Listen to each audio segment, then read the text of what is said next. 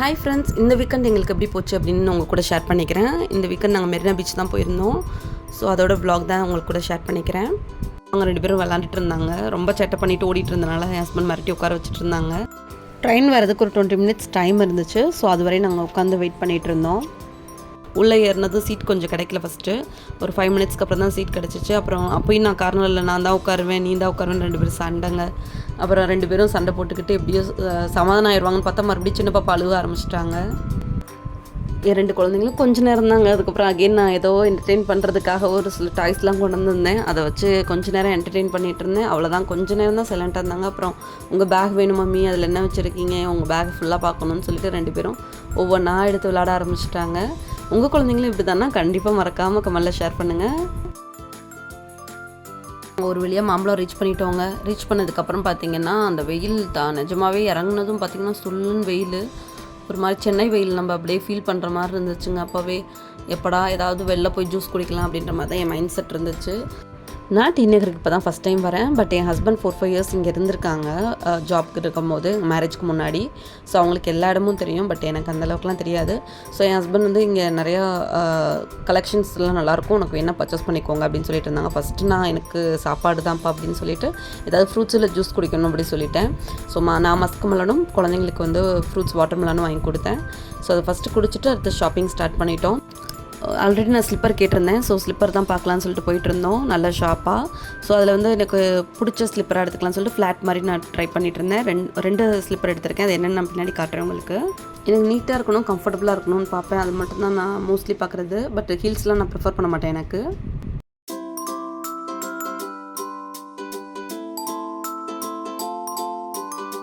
Next handbag பார்க்கலான்னு சொல்லிட்டு ஒரு டைம் செக் பண்ணிகிட்டு இருந்தேன். எனக்கு ஸ்லிங் பேக்னால் ரொம்ப பிடிக்கும். ஸோ எனக்கு அந்த ரேட்டுக்கு எதுவுமே ஓகேவா படல.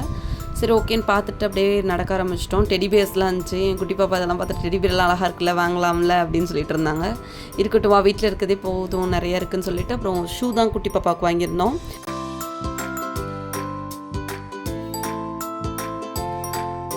நிறைய லஞ்ச் பேக்ஸு, ஸ்கூல் பேக்ஸு, இந்த மாதிரி நிறைய ஷாப்ஸ் இருந்துச்சு. ஸோ நம்ம என்ன வேணும்னா வாங்கிக்கலாம். பட் லோ பட்ஜெட்லேயும் வாங்கலாம், குவாலிட்டியாகவும் வாங்கிக்கலாம். பட் நம்ம பார்த்து வாங்கணும்.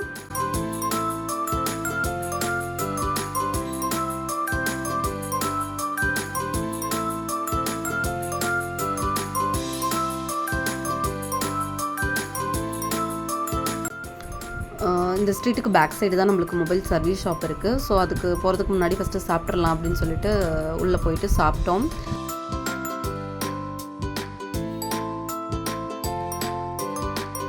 சிக்கன் பிரியாணி தான் ஆர்டர் பண்ணியிருந்தோம். 2 சிக்கன் பிரியாணி, ஒரு ஃபிஷ் ஃப்ரை ஆர்டர் பண்ணியிருந்தோம். அந்த கிளிப்பிங் நான் மிஸ் பண்ணிட்டேன். கொஞ்சம் நேரம் அப்படியே நடக்க ஆரம்பிச்சிட்டோங்க. காலில் போட்டிருக்க ஸ்லிப்பர் நான் இப்போ அங்கே வாங்கினது தான் உங்கள்கிட்ட சொல்லியிருந்தேன் இல்லைங்களா. இது வந்து 300. ஸோ நல்லா இருந்துச்சு, கம்ஃபர்டபுளாக இருந்துச்சு நடக்கிறதுக்கு. நாங்கள் அப்படியே வாக் பண்ணிகிட்டு இருந்தோங்க. வாக் பண்ணிவிட்டு கொஞ்சம் தூரம் தான் போயிருப்போம். அப்புறம் வந்து லொக்கேஷன் இங்கே கிடச்சி, பட் ஷாப் காணோம். ஸோ அப்படியே சர்ச் பண்ணிகிட்டே போகும்போது இன்னும் கொஞ்சம் தூரம் போகணும் அப்படின்னு சொல்லியிருந்தாங்க.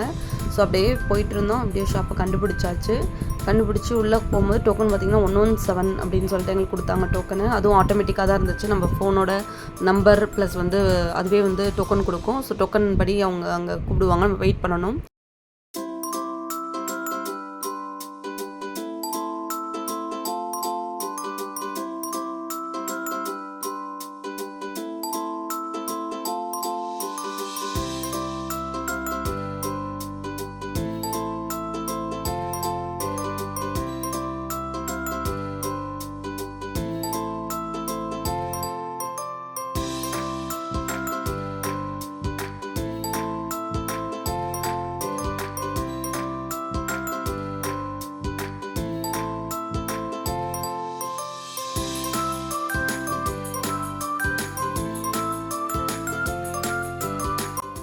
ஸோ ஒரு ஆட்டோ வச்சு நம்ம மெரினா பீச் போயிடலான்னு பிளான் பண்ணி ஆட்டோவில் ஏறிட்டோம்.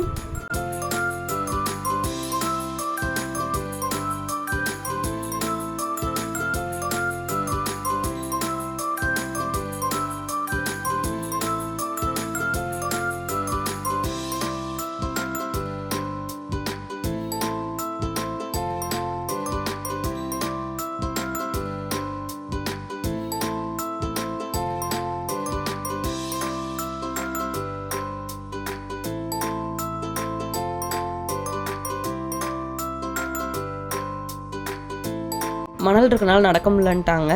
அப்புறம் கழட்டி கொடுத்துட்டு ஓட்டோங்க. ஏன்டா ஷூவை கழட்டி விட்டோன்ற மாதிரி ஆயிடுச்சு. ஓடுறாங்க நான் அவங்க பின்னாடி ஓட முடியல. ஆனால் ஹாப்பியாக இருந்துச்சு பார்க்கும்போது.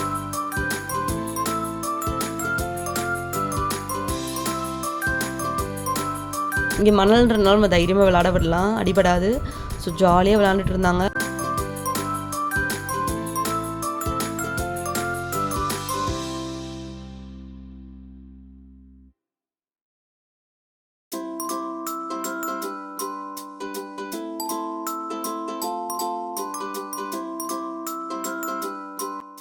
வாட்டரை பார்த்தா பயப்படுவாங்கன்னு பார்த்தா அங்கே என்னென்னலாம் பண்ணாங்கன்னு பாருங்கள். என் ஹஸ்பண்ட் தான் ஃபஸ்ட் 2 பேரும் பிடிச்சிக்கிட்டாங்க. உள்ளே போகணும் என் குட்டி பாப்பாலாம் இறக்கி விடுங்கன்னு கத்திட்டு இருந்துச்சு. ஸோ எல்லா பிள்ளைங்களும் குழந்தைங்களாம் டிஃப்ரெண்ட்டாக கற்றுவாங்க. என் பாப்பா வந்து உள்ளே போகணும் அப்படி சொல்லி தான் கற்றுட்டு இருந்தாங்க. அப்புறம் எப்படியோ சமாளித்து என் ஹஸ்பண்ட் உள்ளே கூட்டிகிட்டு போயிட்டோம். வெளில கூட்டிகிட்டு வந்துட்டு இருந்தாங்க. பீச்சில் ஈவினிங் வியூ சூப்பராக இருந்துச்சு. ஆனால் குழந்தைங்கள கூப்பிட்டு போய் கொஞ்சம் நம்மளுக்கு பயமாக இருக்கனால அவங்க கூடயே டைம் ஸ்பெண்ட் பண்ணுற மாதிரி இருந்துச்சு. ரொம்ப நேரம் அந்த அலையை கூட ரசிக்க முடியல. அதுதான் கொஞ்சம் எனக்கு வருத்தமாக இருந்துச்சு. மற்றபடி எனக்கு ரொம்ப ஹாப்பியாக இருந்துச்சு. குழந்தைங்க விளையாடுறத பார்த்து ரொம்ப ஹாப்பியாக இருந்துச்சு. என் பாப்பாலாம் வெளியிலே வரல. என்னை பிடிச்சிக்கிட்டு உள்ளே வாமா, இன்னும் கொஞ்சம் தூரம் உள்ளே போகலான்ட்டு இருந்தாங்க. அந்த அலை ரொம்ப வேகமாக வந்துச்சு. குழந்தைங்க வெயிட்டு கிழித்துட்டு போகிற மாதிரி இருந்துச்சு. குழந்தைங்கள விட்டோம்னா உள்ளே கிழித்துட்டு போகிற மாதிரி இருந்துச்சு.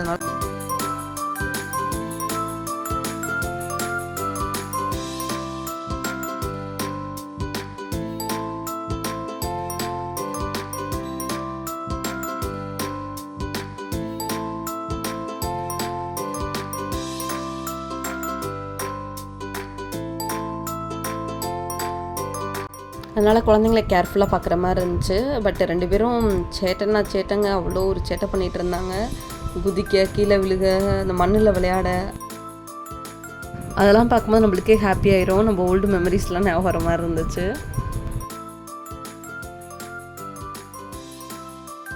நானும் என் ட்வின் சிஸ்டரும் சேர்ந்தால் இந்தளவுக்கு சேட்டை பண்ணுவோன்னு அம்மா சொல்லுவாங்க சின்ன பிள்ளையில வெளில கூப்பிட்டு போனால். ஸோ இப்போ தான் அந்த பேரண்ட்ஸாக இருக்கும்போது அது புரியுது.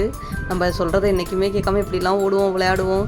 இப்போ தான் புரியுது, குழந்தைங்க நம்ம சொல்ல பேச்சு கேட்கலாம். நம்ம ஒரு பேரண்ட்ஸ் ஆகும்போது தான் அதெல்லாம் அண்டர்ஸ்டாண்ட் பண்ணிக்க முடியுது அப்படின்ற மாதிரி தான் இருந்துச்சு. ஆனால் அம்மா அடிக்கடி சொல்லுவாங்க, இதெல்லாம் உங்களுக்கு புரியாது, பின்னாடி பேரண்ட்ஸ் ஆனால் புரியும் அப்படின்னு சொல்லுவாங்க. அது இப்போ தான் புரியுது கண்டிப்பாக. லவ் யூ மா, மிஸ் யூ. நானும் என் பெரிய பாப்பாவும் காலில் நினைக்கலாம், அந்த தண்ணி போகும்போது அழகாக இருக்கும் பாப்பா அப்படின்னு சொல்லிட்டு நானும் பாப்பாவும் என்ஜாய் பண்ணிகிட்டு இருந்தோம். என் குட்டி பாப்பா வந்து என் ஹஸ்பண்டோட அவங்க உள்ளே விளாண்டுட்டு இருந்தாங்க தண்ணிக்குள்ளார. நாங்கள் இது போகும்போது இது அழகாக இருக்கும் பாப்பான்னு நான் பண்ணிகிட்டு இருக்கிறத பார்த்துட்டு என் பாப்பாவும் பண்ண ஆரம்பிச்சிட்டாங்க.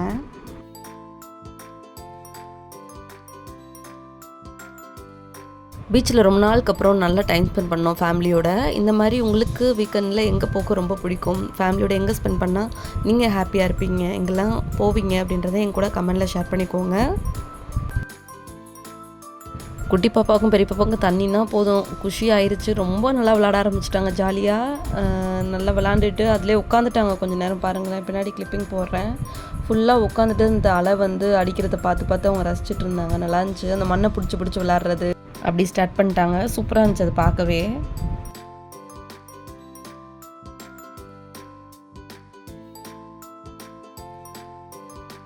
நல்லா விளாண்டு முடிச்சதும் அவங்களுக்கு ட்ரெஸ் சேஞ்ச் பண்ணுறதுக்கு ட்ரெஸ் எடுத்து வந்திருந்தோம். ஸோ ட்ரெஸ் சேஞ்ச் பண்ணிவிட்டு ஹேர் ட்ரை பண்ணிவிட்டு கொஞ்ச நேரம் மணலில் விளாட விட்டோம். அந்த டைமில் ஃபோன்லாம் உள்ளே வச்சுட்டோம், அதனால் கிளிப்பிங் எடுக்கலை. ஸோ நாங்கள் 4 பேருமே நல்லா உட்காந்து விளாண்டுட்டு இருந்தோம். அவங்களோட டாய்ஸ் வச்சு விளாண்டுட்டு அப்படியே நாங்கள் அங்கேருந்து கிளம்பிட்டோம்.